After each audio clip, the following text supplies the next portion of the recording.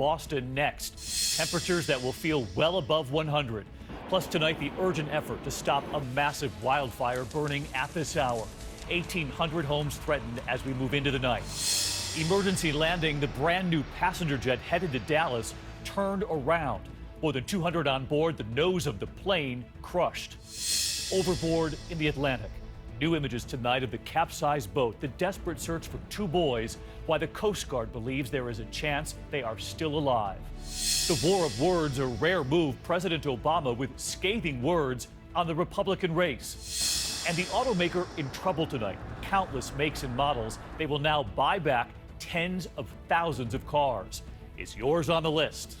From ABC News World Headquarters, this is ABC World News Tonight with David Muir. Good evening, and it's great to start another week with you. And we begin tonight with two major weather headlines. First, a massive heat wave already stretching across much of this country, about to scorch the east too. Here is the map at this hour with the humidity, that heat index, well above triple digits from St. Louis to Atlanta in the next 24 hours, then Philly up through New York and New England. While in the west at this hour, 23 fires across 5 states, one of the largest outside Sacramento tonight. Firefighters capturing these images from the ground.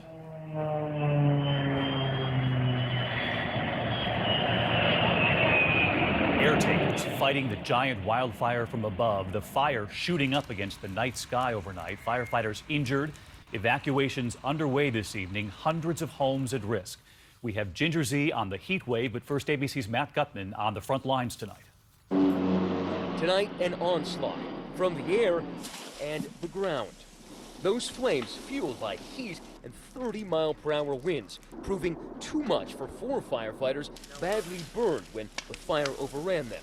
Undaunted, brigades of firefighters continue to troop up the Sierra Nevadas to battle the Lowell fire. Hundreds have been evacuated, with the fire only 20% contained. The Willow fire near Fresno also breathing flames, torching more than 1,500 acres and forcing the evacuations of people from 450 homes. Tonight, 23 significant wildfires lighting up the West. Authorities tell us those fires were mostly started by lightning, but this one may have been started by a car's exhaust. That heat, about 150 degrees, can ignite grass like this.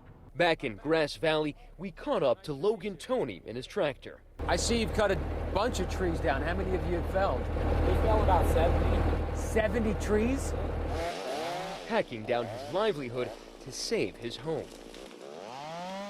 David, firefighters thought that they had stopped this fire on this ridgeline, but the wind kicked up and the fire has too. Now it's all around them. Now, more bad news for firefighters here. Temperatures forecast to soar above 100 degrees for the next 3 days. David. All right, Matt Gutman leading us off. Get out of harm's way there, Matt. Let's get right to Chief Meteorologist Ginger Z tracking the situation, and the weather's not helping. No, out west, that ridge, that high pressure, and those 100-degree temperatures, just like Matt said, look, that high moves in, it stays in place. Low humidities, gusty winds, I'm talking 25 to 35 miles per hour. We could see record highs in places like Sacramento tomorrow, going to 104. Now, from the fires to the potential heat wave across much of the country, it's going to feel well above triple digits. Already is. Right now, we've got heat advisories from Louisiana up through Missouri, Kansas City to St. Louis, and an excessive heat warning. That goes through tomorrow night. So those are the actual air temperatures. Little Rock will get to 100, and it means it could feel like it's almost 110. Then the warm front moves to the north and east, and look, Tallahassee up to New York in the 90s, and that is just the first day. New York City could see the first heat wave we've seen in 2 years this week. So take this very seriously. All right, Ginger, thank you.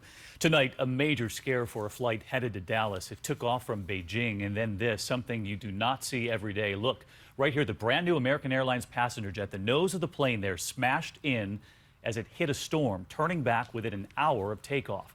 More than 200 passengers, and here tonight, ABC's Clayton Sandell. The brand new Boeing 787 Dreamliner took off Monday from Beijing, headed for Dallas-Fort Worth, an American Airlines flight with 222 passengers and crew. 44 minutes into the flight, the plane hits severe weather, including hail, forcing the jet back to Beijing. It touches down safely, but this photo, posted on a Chinese social media site, claims to show a damaging punch to the nose. Hail can damage an airplane to the point that it actually brings an airplane down. If it damages engines, if it damages control surfaces, it can make an airplane unflyable. In June, a Delta 747 was forced to land after hail pummeled the nose and wings so badly Delta grounded the plane permanently. The 787 is made of what's called carbon fiber, and carbon fiber is very difficult to repair. That airplane may be sitting in Beijing for a long while. David, as for the passengers, no one was hurt, and the airline says they'll all soon be rebooked on new flights. David? Clayton, thank you. And one more terrifying moment for passengers. This rocky landing, look at this in Amsterdam. That is a KLM Boeing 777 trying to land there in heavy winds. It begins to rock from side to side. You can see the wings dangerously close to the ground. But how about those pilots tonight getting that plane to land and safely? Back here at home this evening and to Florida now, into an urgent search for two 14-year-old boys who went fishing over the weekend in the Atlantic, then vanished when their boat capsized. Tonight, authorities releasing these new images. Their boat flipped over there, and the Coast Guard now revealing one thing on board that's giving them hope that those boys just might still be alive. And here tonight, ABC's Candace Gibson. Tonight, new images of that capsized boat belonging to two missing Florida teenagers. A Coast Guard swimmer surveying the damage. Oh, yeah, it's a negative. Yeah, just confirmed nobody's on board. He's trying to find any other gear.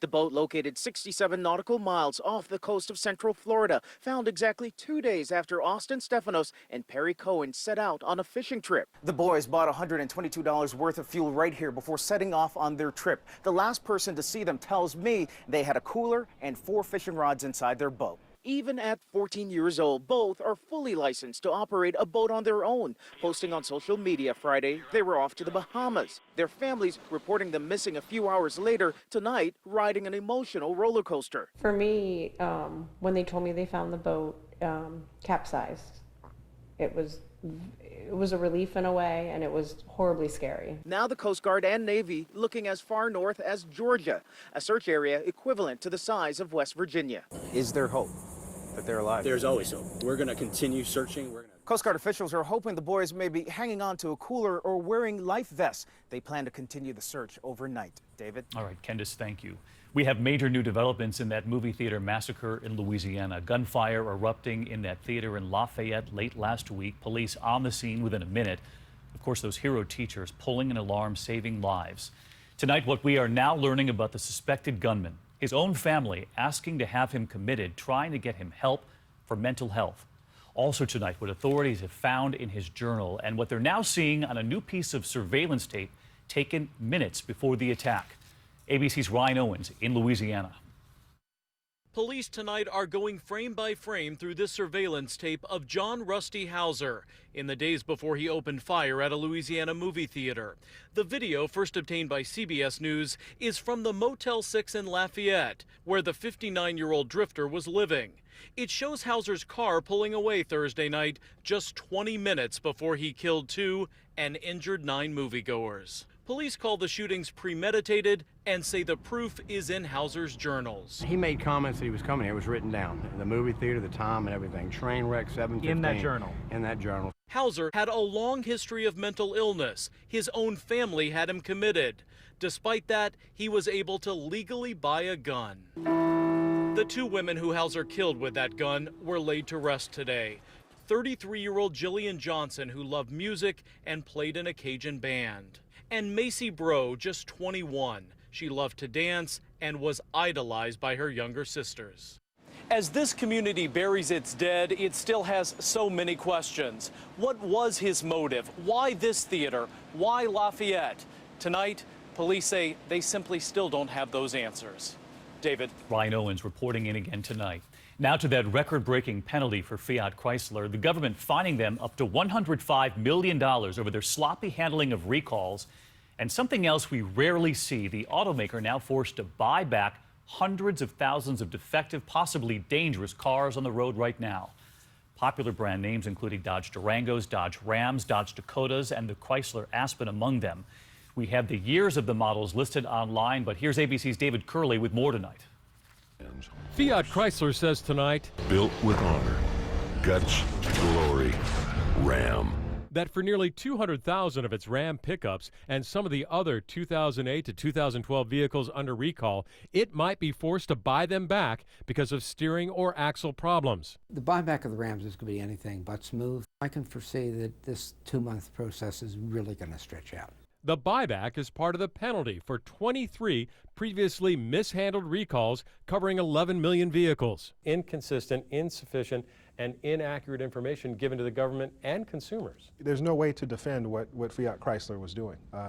And whether it is a matter of commission or omission, the reality is that consumers were not protected in this situation. Total possible fine, the biggest civil penalty ever for a car company, up to $105 million. Fiat Chrysler, which saw its stock slide nearly 5% today, says it accepts the penalty and, quote, resulting consequences with renewed resolve to improve our handling of recalls.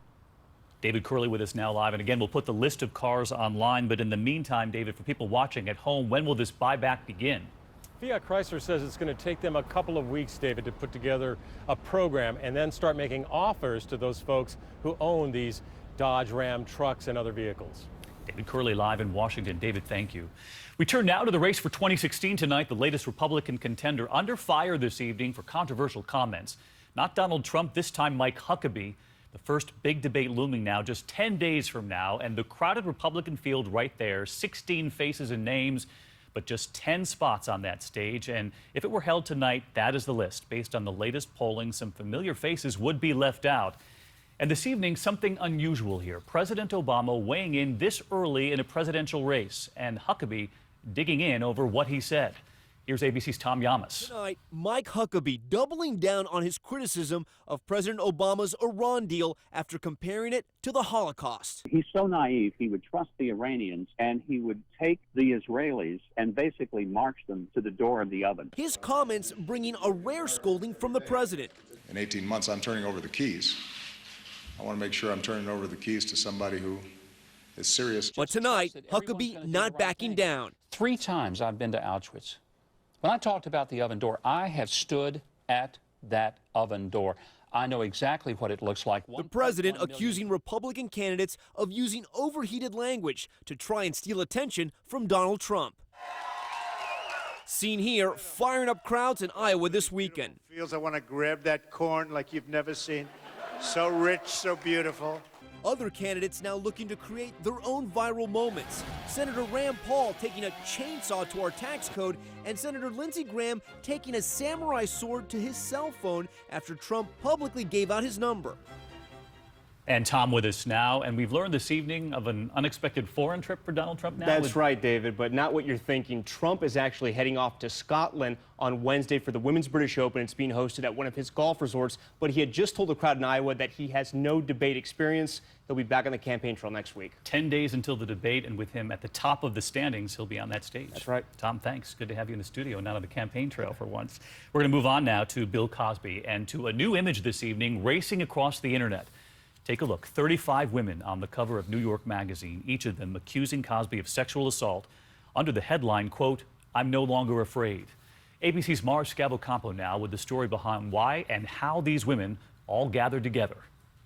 For the first time ever, 35 of Bill Cosby's accusers appearing together on the cover of New York Magazine as part of what they call a sorrowful sisterhood. It hurts to this day. Sharing their stories of allegedly being drugged, raped, or sexually assaulted by the legendary comedian, after some say they have been discredited for decades. It's about time that people sat up and listened. The group, ranging from their mid-40s to 80, includes supermodels Janice Dickinson and Beverly Johnson, who shared her story with ABC's Lindsay Davis. I was really afraid. I was afraid for my life. Cosby, who has denied these claims, has never been charged. His reps telling ABC News he has no comment on the New York Magazine story. Also appearing on the cover, an empty chair. The magazine says representing other victims who may still be living in silence. Mara Scavocampo, ABC News, New York.